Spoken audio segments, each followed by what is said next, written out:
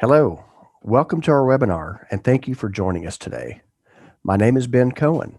I'm a business development manager at Odyssey Information Services. Before I introduce you to our speaker, I'd like to take a few minutes to tell you a little bit about Odyssey.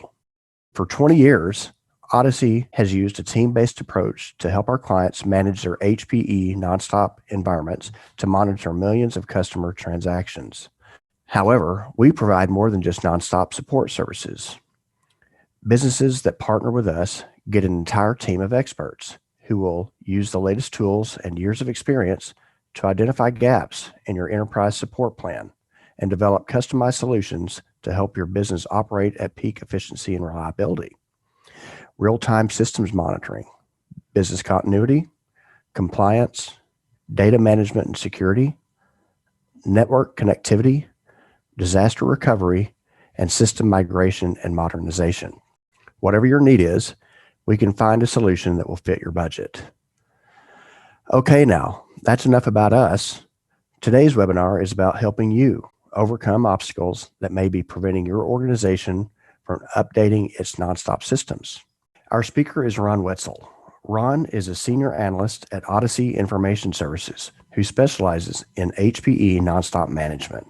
He recently participated in a nonstop upgrade for one of our largest retail clients and will spend this time sharing his experiences from that project. Without further ado, Ron, take it away.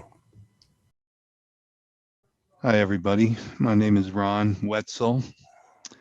I've been working on the nonstop platform, aka Tandem, since 1981. So forgive me if I use Tandem as opposed to HP nonstop. I'm kind of a jack of all trades, master of none. Most of my nonstop experience has been as a developer writing TAL code.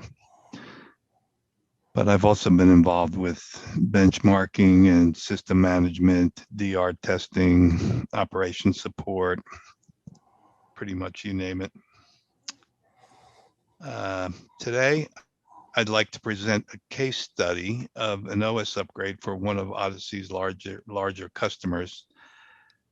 This upgrade involved 3 systems, a dev, test, QA system, and 2 production systems that were running on J06 18.00 OS release, Guardian. The production systems are active used in Golden Gate for redundancy. So they provide 100% availability. So during the OS upgrade, actually, we can do that with no outage to service. There's quite a bit of history about this upgrade. These systems haven't been upgraded or cold loaded since about 2015, and the original plan back, I think the first try was in 2018, when somebody else other than myself prepared an upgrade from J06 18 to J06 21, and on the test system, and that was before I was involved with this customer, so I don't really know all the reasons why that upgrade was never implemented. But scroll forward to about 2019, and we were going to try again, and at this time it was decided to go to J06 22. And we did successfully upgrade the test system in late 2019 to J06 22. However, we got stuck and we never upgraded the production systems due to a variety of different conflicts. There were conflicts with the application folks. They were preparing base 24 releases, and then we had data center access restrictions due to COVID-19, and so here we are a year later after that, and we decided, since we had never really installed J0622 to the production systems, which, by the way, we had prepared. We had built OS images for both of those production systems, but we never got there. So so we threw all that stuff, threw that all away, and decided to upgrade to J062301 since it was about a year old at that point, and we considered it mature enough to install. And by the way, I'm very lucky.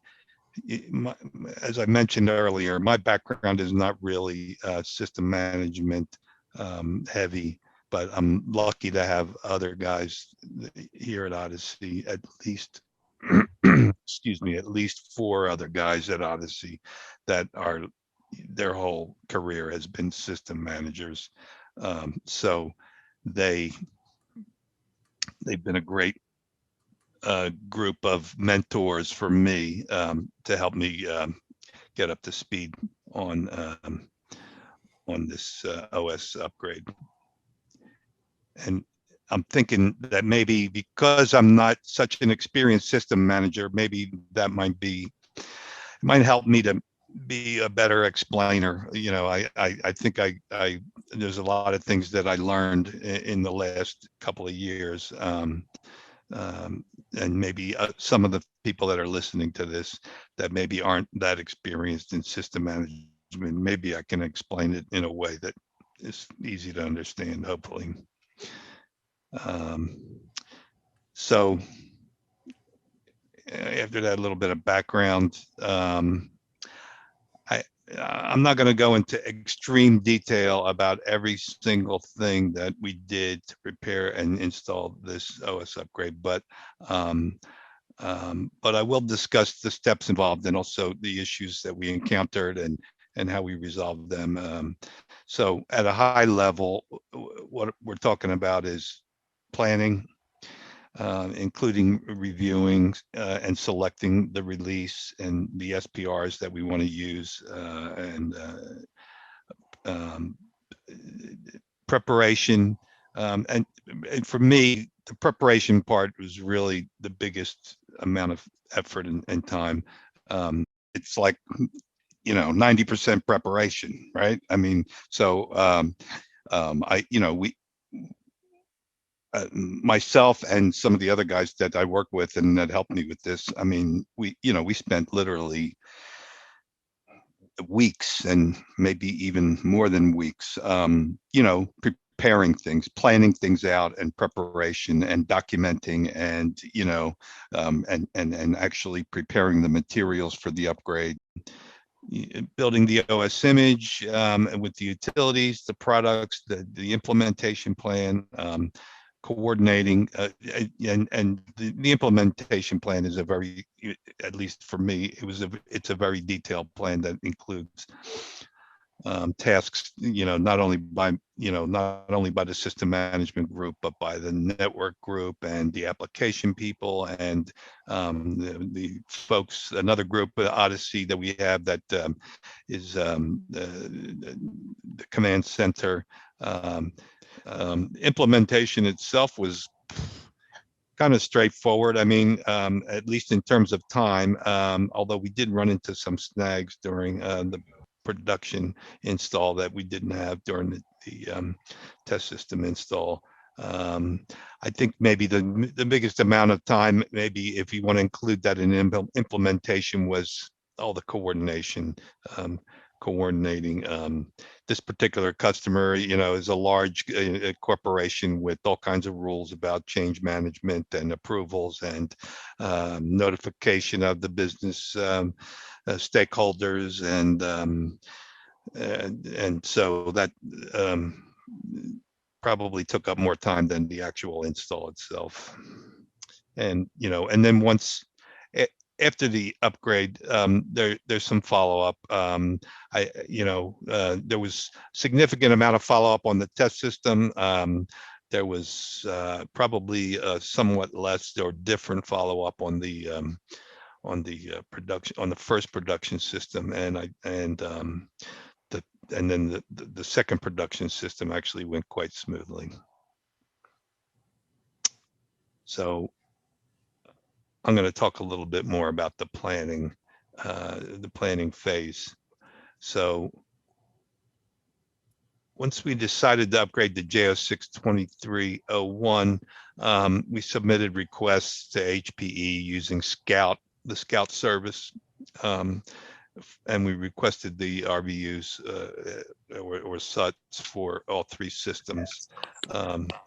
We also downloaded some documentation about the release, including a document called the JO6 2301 Release Compendium, another document, SPRs compatible with JO6 2301, and also downloaded a whole bunch of soft docs about the SPRs and the upgrades that we're going to, including things like console upgrades that were required. I mean, one thing to mention, I guess, is that you know, it was a fairly big jump from JO618 to JO623.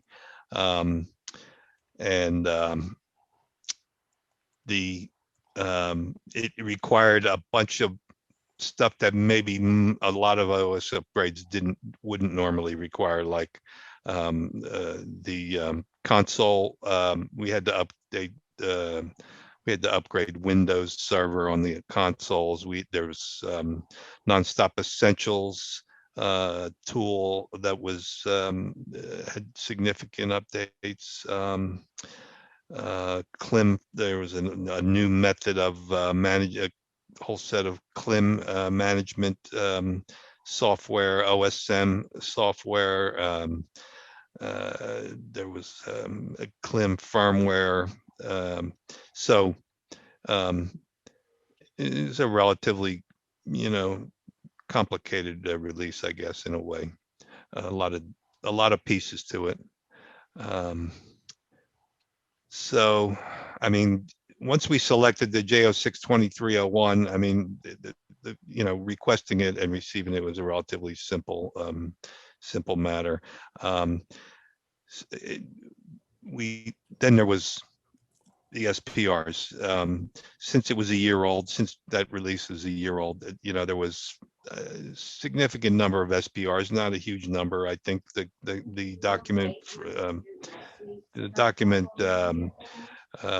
listing the compatible SPRs was I don't know, I think of maybe 50 or more SPRs that were compatible and or recommended for this upgrade. Those SPRs that we selected, we selected those that we also included SPRs that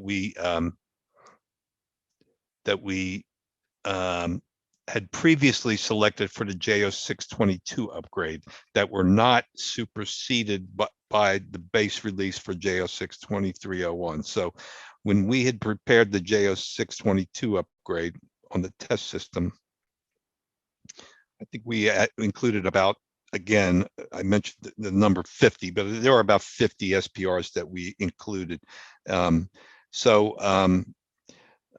Some of those SPRs were not present. Some of those product versions were not present in the base JO6 2301 release. So we went through a process of identifying the SPRs we wanted. We ended up with a relatively small number.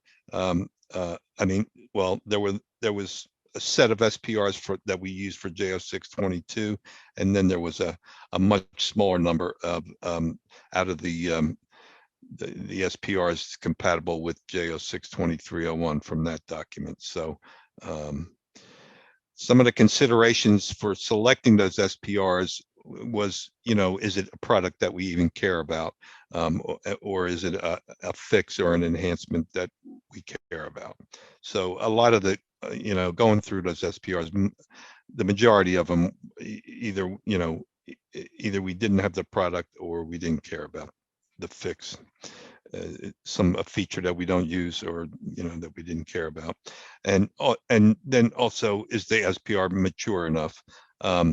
There were a couple of there was one particular SPR was a VIO firmware upgrade, I believe, that was kind of considered to be, an important one, but it was very new. In fact, it was so new that we couldn't even really, even though we were able to see it in Scout, we weren't able to get any soft docs or any information about it, and it was less than a month since it was released, so we decided to avoid that particular SPR.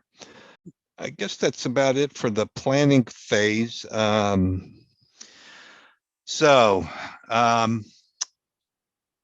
I'd like to do now is talk about the obstacles and issues and problems that we encountered. Now, I came into the picture during 2019, and there was some discussion, and we decided to go with J0622. We built a J0622 image and installed it on the test system at the very early part of January 2020. And then from there, it all went downhill.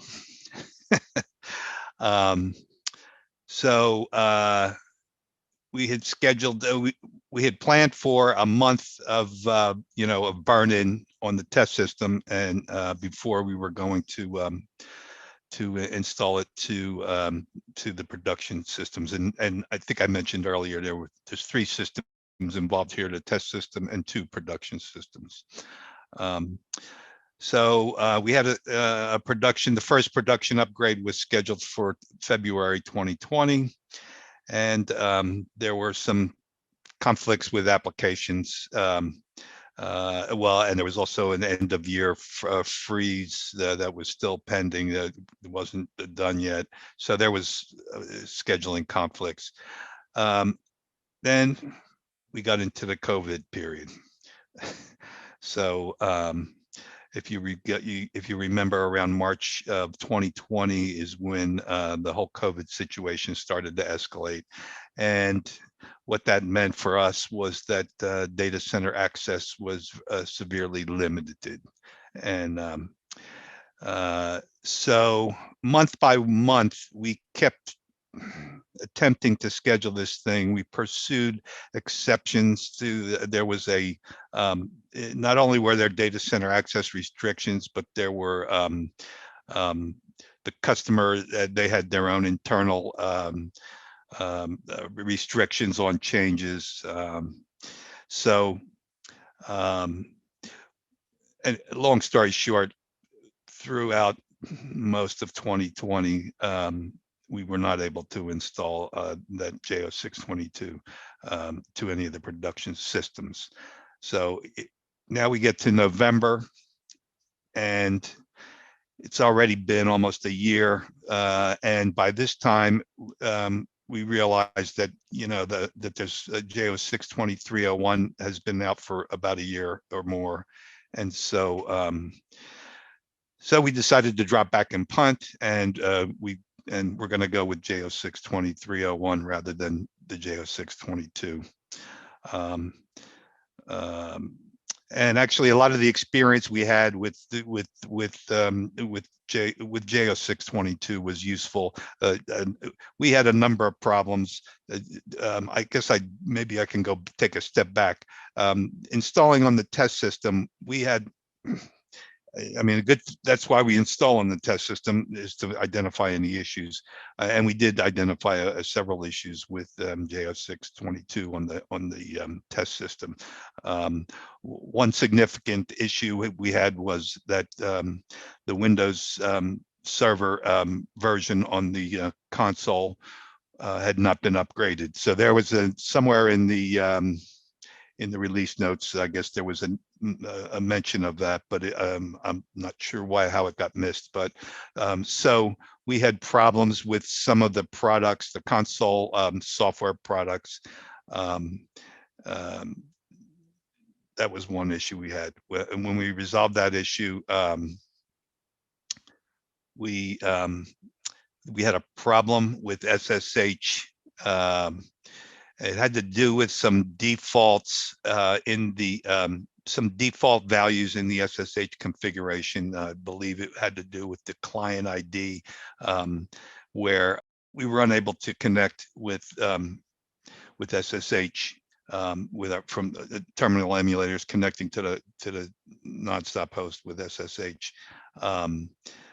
So we manually resolved that. We had to rebuild the host key file, and it was kind of messy. We were there for more than 12 hours resolving those issues on that J0622 install. So the good news was, I mean, all those problems that we encountered back then, you know, it prepared us for for the next try for J062301. So anyway, in November we decided to go with J0623, and between about I guess it was about 6 weeks maybe of preparation, and in December we installed J0623 to the test system. It actually went quite well. So our next step is to install to one of the production systems, and that's where we started to go south again. So in February, we planned to install it. There were scheduling issues. We had to get an exception to change freeze.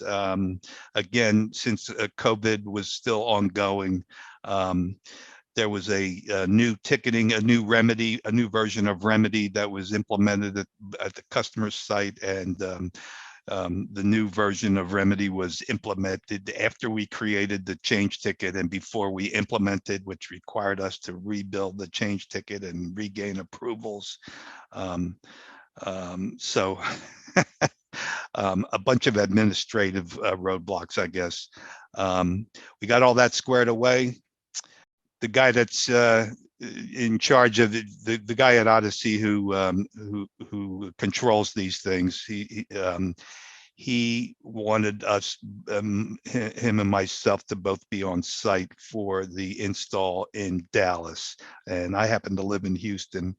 And the weekend of the install, the weather forecast was not good. It was it was predicting freezing rain and snow and below freezing temperatures, pretty much all the way from Houston all the way up to Dallas. So after several phone calls, I convinced him to let me do the install to do it remotely. But he would be on site in Dallas since he was located in Dallas. So, and as it turned out, that was a pretty good decision because the install itself actually went quite well. However, by the time we finished, it took him an hour and a half to drive back to his house from the data center in Dallas because there was freezing rain and ice. So I'm kind of glad that I didn't drive all the way up there.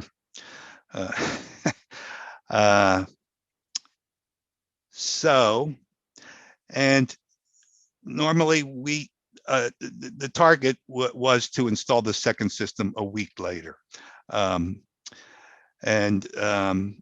The snow and ice on that weekend actually was just the beginning of a week of very bad weather, which any of you listening to this probably maybe heard about what happened in Texas that week, where we had very cold weather, power outages, no water, freezing pipes.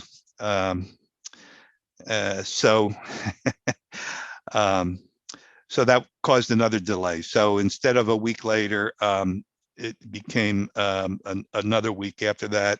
And then there was another customer change freeze because of there were a whole bunch of other customer systems that had been affected by the power outages.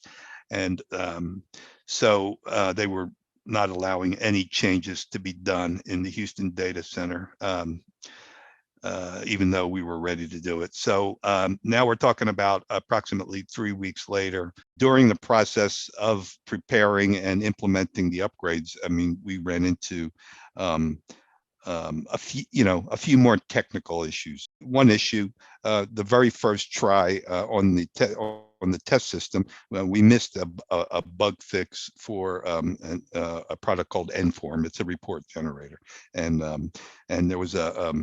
there was actually a bug in the version that we installed, but there was a fix for it that we had not installed. So it was. The good news was we were able to correct that on the test system without an outage. So we were able to install the bug fix manually, and that, so, and then we learned from that, and we were able to prevent that from happening on the production system, which would have been a lot more inconvenient on production because there's a lot more, there's a lot of reports generated by Nform that are used by the business. So another thing that I noticed was when I was transferring the SUT or the RVU onto the NonStop server itself, there's they're provided in compressed files, and then we unpack them there's some scripts that are provided with the whole RVU package, and those scripts, I don't know honestly if it was user error or if it was problem with the scripts, but there were some discrepancies, like the actual materials that were delivered and moved on, and that got moved onto the tandem. When I tried to unpack them, the scripts didn't work properly. So the good news is, I mean, I was able to troubleshoot the tackle scripts, and it was a naming convention issue. So like the files were named with one naming convention, and the scripts were using a slightly different naming convention. So anyway, that was just, I don't, if anybody else noticed that same thing. I mean, if you happen to be upgrading J06 to J06 23.1, and you had problems with unpacking the files on your tandem, then you might notice the same thing. And basically what I did was make some changes to the tackle scripts to correct that problem. I'm not sure if I mentioned it earlier, but the first try again, the Windows Server on the consoles were not updated. That was probably because myself or somebody didn't really read every single all the release notes from end to end. So somehow we missed that there needed to be a particular version. Windows Service Pack 1 was required on the console. So again, if you're upgrading to J06 22 or J06 23 from an older version, you're going to, there's some fairly extensive console updates, and you're going to need to upgrade your if it's not already on Windows Service Pack 1, you should upgrade it to Windows Service Pack 1, Windows Server Service Pack 1.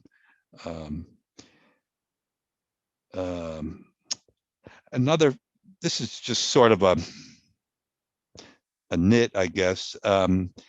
There's a package of console upgrades called, and the version we had, it was the name of the file was NonStop Console Installer Upgrade 36. Well, actually, that's the version that it was supposed to be, Upgrade 36. However, the name of the file is NonStop Console Installer Upgrade 37. I don't know why there's that discrepancy. I think we were going to pursue that with HP, but I'm not sure we ever did. But we were able to verify that the file that had the name Upgrade 37 was in fact, the contents of that file were really Upgrade 36. I can't really explain why, but we were able to determine that mainly by looking at things like that package had a bunch of different products in it for the console, and we were able to verify that the versions of each one of those products corresponded to what was supposed to be in upgrade 36. Um, um, Another thing, another technical issue was after we did, and then again, this was the very first upgrade of the test system. We were not able to connect to our server using SSH, and eventually we determined that it was a change in the default values of the SSH configuration in the old SSH config file we had. That's the template that was supplied with SSH. It had a customer ID HP, and the new template that was provided with the upgrade, it did not have that. And I think, if I remember correctly, the reason for that is because SSH originally was an independent product provided by, it was a Comforte product. It was considered an independent product, but now it's included. And so anyway, what that did was it caused us, it meant that the algorithm for authenticating was, one of the parameters included in that algorithm was the customer ID. So the difference in customer ID meant that we were unable to connect. So what we ended up doing on that test system was we ended up rebuilding the host key file, and then everybody basically had to, the first time that they connected again, they had to basically say, oh, you're not, you've never connected before, do you want to continue, type of thing. After that, we were able to determine this customer ID thing, and so we didn't have that problem with the further upgrades on the production system. So another thing is, and this is probably more specific to the environment that we're working in, the DSM SCM archive database. On these systems, it's on a fairly small, like 80 gig, like partitioned SSD drive. So it's pretty small, and the first couple times trying to move stuff in there, I was getting severe problems with available disk space. So now DSM SCM has, you're able to relocate those archives. So I was able to move some of those archives off of that very small disk to make room for, the new release. So that probably won't be a problem for most people, but it's worthwhile before you even begin to move everything onto the Tandem. The OS, importing it from, using NonStop Essentials and importing it into DSM SCM. You need to make sure you have enough space. Off the top of my head, I don't really recall. I'm thinking, I don't know. I forget how many gig. I think if I looked at the documentation, there's probably some indication of how much space is going to be required, but just something to be aware of, because it can cause headaches if you're starting to import stuff in there and then it fails because of disk space. You're going to have to clean it up, and it's just more work. So let's talk a little bit now about the actual upgrade process itself. We had already upgraded the test system, but how does that prove? How does that prove that everything's going to go fine with the production system? Because you've got a completely different set of applications and databases, and everything else is it's really significantly different. So I was a little apprehensive the first time we upgraded the production system since it hadn't been restarted in several years, and many of the applications, because as we all know, nonstop, runs forever, right? So I mean, we had processes that had been running for 5 years and hadn't been restarted, and so how do we know? And the people that last started it, they're all gone now. So I was a little apprehensive, but we made it. We did get it to work. I mean, we had a few wrinkles, but generally speaking, and as we talked about before, I mean, there was a lot of planning and discussion with the various groups, mainly with the application folks, and with the other system management folks about what should be, how do we start things like SSH and the utilities like the spooler and pathways and all that. So we had a pretty good idea, but it went fairly well, all things considered.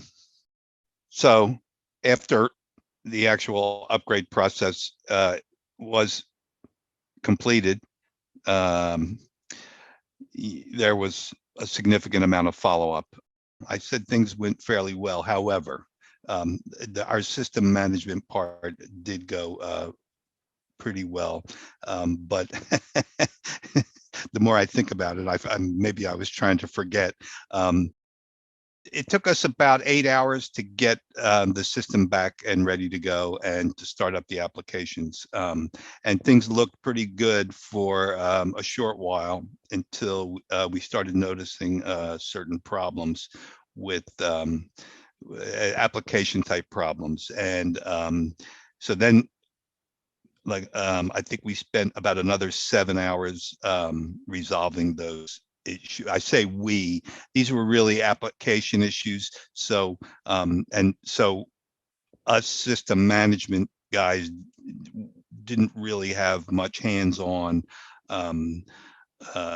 participation in the restart of the applications. And going back to what I was talking about, things haven't been started in several years.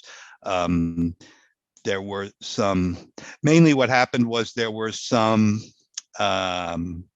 what's the right way to describe it? There were updates to certain application settings, either online, they were made while the application was running, and then they were not reflected in the application startup. So, and some of it looked, I mean, it was relatively minor, or it would appear to be relatively minor. Like there was a tick box on a base 24 application on an authorization line of whether or not to send a logon out to a particular authorizer. And so the interface came up, but it never logged on to the other side. And so there were all these transactions being declined because of that. So, and there were a few other similar type things that were all basically in the base 24 environment.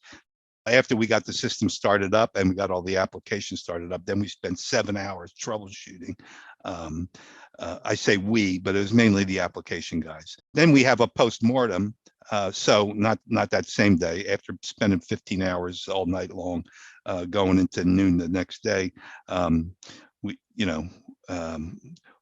kind of assigned people to monitor the system and be available for support if needed. But we got to a relatively stable point about noon on a Sunday, and then and then the following week we reviewed we reviewed the good and the bad, and I think we've identified all the issues that came up and identified what needs to be done to prevent that from happening in the future. So now that we've got this upgrade under our belt and we've successfly completed it and analyzed the good and the bad, we'll be we'll be planning future upgrades.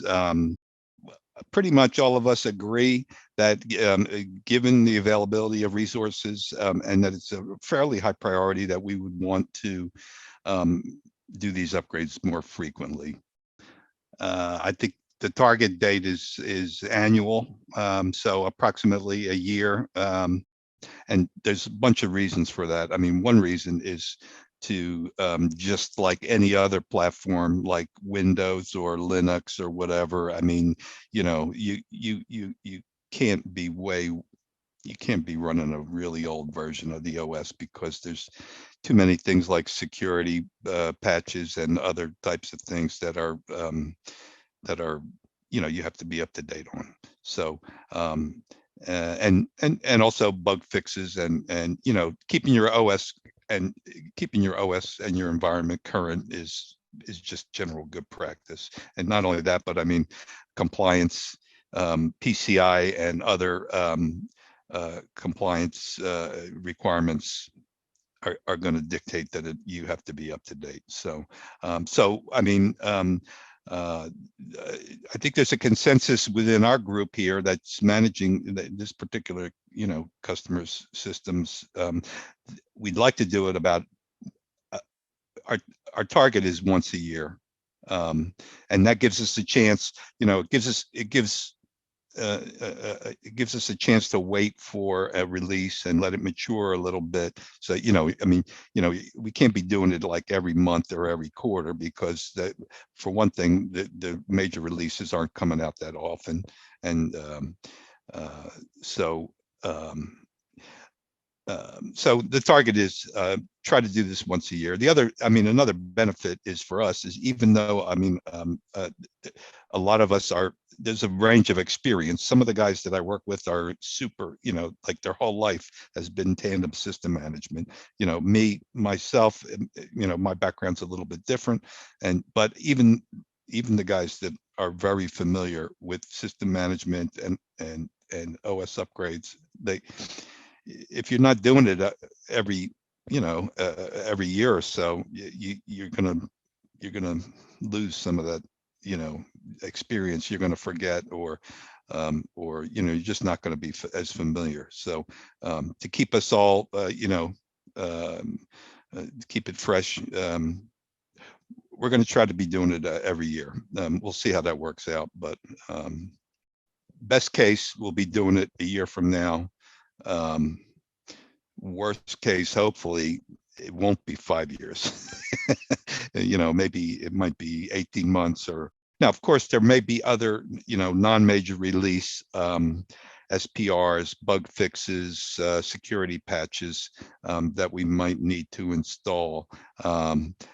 Many of those probably don't require a cold load, so we may be doing, you know, a very minor release that may not require an outage, could be done while the system's running. We'll be trying to keep up with that, you know, reading hot stuff from HP, you know, that might alert us to some critical patches that we need to apply. To close this session, so for me, it's been quite a learning experience, or relearning. Well, it's not even really relearning, because things have changed so much between 1990 and, you know, 2019. And maybe that makes me, you know, a good explainer about this stuff for certain, you know, for a certain group of people. I mean, there's probably a bunch of old NonStop system manager guys that are probably laughing at me right now, but you know, I think for maybe people that aren't so familiar, maybe my point of view is a good one. Hopefully this has been helpful for some folks. And, you know, if you got any questions, I think you should, you know, let me know, and I'll try to provide any, you know, help or comments that I can. Thanks, Ron, for sharing your experience, and thank you to everyone who watched this webinar. I hope we provided you with some helpful tips and advice as you prepare to upgrade your NonStop OS. And as Ron mentioned earlier, it takes a team to complete this project accurately and successfully. If you're looking for assistance with your upgrade, or you have additional questions for Ron, please feel free to email me at ben@odysseyis.com.